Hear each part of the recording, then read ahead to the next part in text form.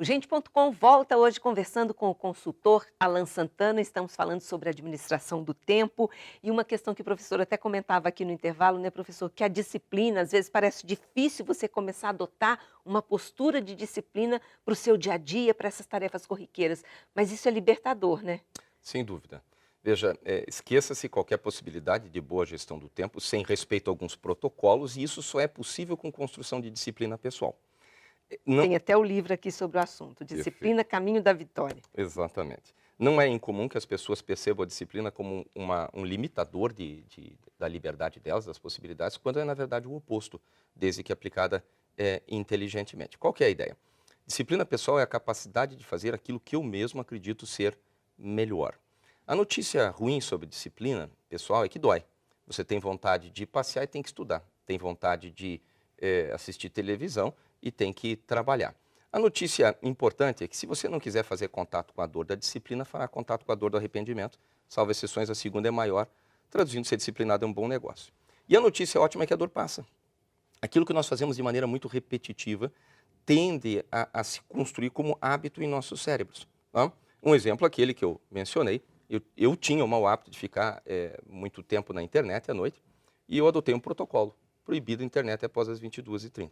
No começo foi difícil, sofrido, cheguei a sair de casa para ficar longe da tela, as pessoas Mas aí constroem. acessava a internet fora de casa Não, saí de casa. para não ver a Na tentação. época nem tinha smartphone, faz muitos anos isso.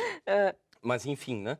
Quanto tempo dura esse sofrimento, essa dificuldade? Mais ou menos 3 semanas. Em cerca de 3 semanas, nosso cérebro estabiliza e aquilo que você faz de maneira repetitiva tende a ser natural para você. Mas é fundamental construir disciplina se quisermos gerenciar bem tempo.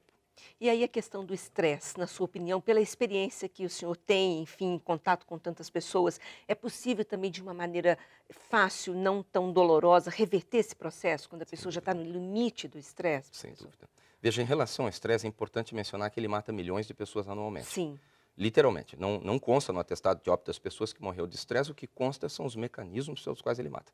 Infarto, AVC, câncer, acidentes, violência, enfim, o estresse mata muitas pessoas. O que é importante? Primeiro, à medida que a pessoa gerencia mal o tempo, ela se estressa mais, e à medida que ela se estressa, ela passa a gerenciar pior o tempo, é um ciclo vicioso. Como é que a pessoa lida com isso? O estresse não pode ser negligenciado. Se fôssemos fazer um resumo, eu diria que para gerenciar estresse, 4 coisas. Primeiro, tem que ter consciência que se você não gerenciar, vai pagar um preço alto por isso. Vai perder emprego, vai romper relacionamentos, vai se envolver em acidentes, é um horror. Segunda coisa, conhecimento. Eu preciso conhecer um pouco os mecanismos do estresse. A pessoa que recebe um diagnóstico de uma hérnia de hiato, por exemplo, ela vai ler sobre isso. Pois as pessoas lidam diariamente com o estresse e nunca leram sobre estresse. Se você lê 2, 3 páginas sobre os mecanismos pelos quais o estresse opera, fica muito mais fácil lidar com ele. Todos os meus livros tratam de estresse, em especial o livro de título Equilíbrio para uma Vida Melhor. Né? Mas o primeiro passo é ter um pouco de conhecimento sobre o tema. Segundo, evidentemente, a atividade física. Nós somos projetados para sermos fisicamente ativos, é uma questão de projeto. Bem lembrado isso. Quase impossível manter equilíbrio, não vou dizer que seja impossível, mas é quase impossível manter equilíbrio emocional sendo sedentário.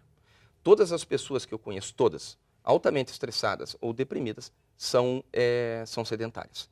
Existem exceções nas duas pontas, tem pessoas fisicamente ativas que são muito estressadas, mas é extremamente raro. E da mesma forma, existem algumas pessoas sedentárias que estão emocionalmente bem, mas isso também é excepcionalmente raro. Então, a pessoa precisa buscar uma atividade física, alguma coisa que goste, construir disciplina, fazer em grupo, um puxa o outro, enfim, utilizar a estratégia que for necessária para ser fisicamente ativo. E o mais poderoso controlador de estresse, ainda mais poderoso que a atividade física, é você identificar o que está te estressando e corajosamente tentar algo que ainda não foi tentado. E aí que a coisa complica. É da natureza humana, diante de um problema, repetir a mesma tentativa de solução, que inúmeras vezes fracassou, mas a pessoa fica presa àquilo. E aí ela cai naquela situação, né?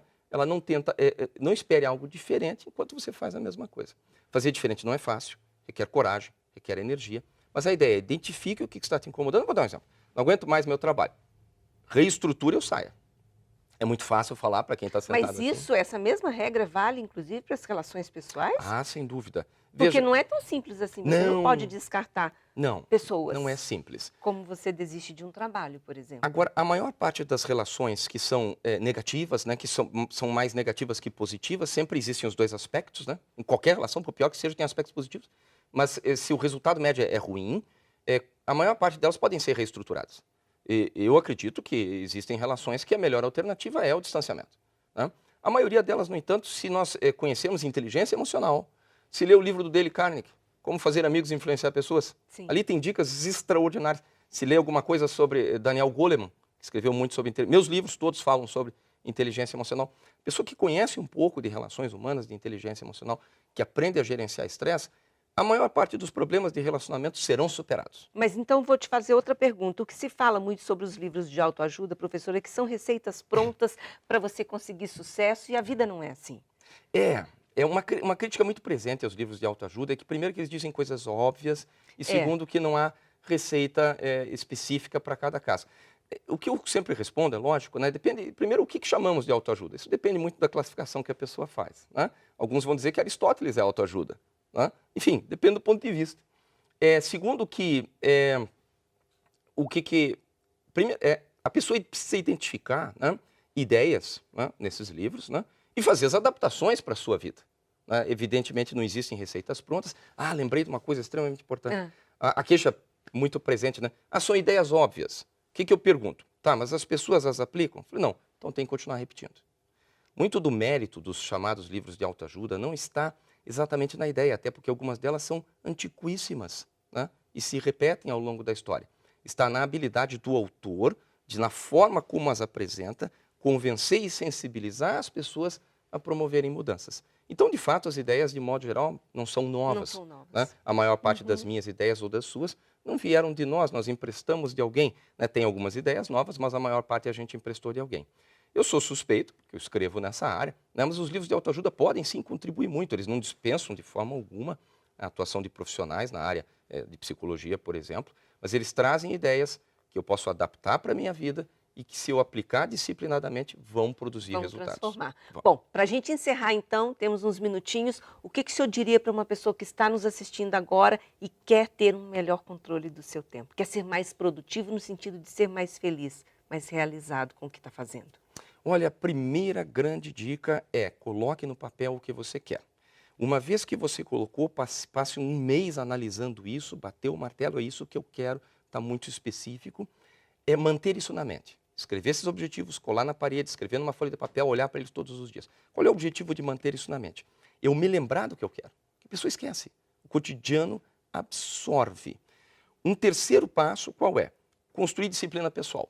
Não adianta eu saber claramente o que eu quero, eu estar lembrando disso com frequência, não correr o risco de esquecer, mas se não tiver disciplina suficiente para tomar as decisões, que nem sempre são as mais agradáveis, e que me conduzam àquilo. E uma outra coisa, evidentemente, ler sobre o tema gestão do tempo, ver vídeos sobre esse tema.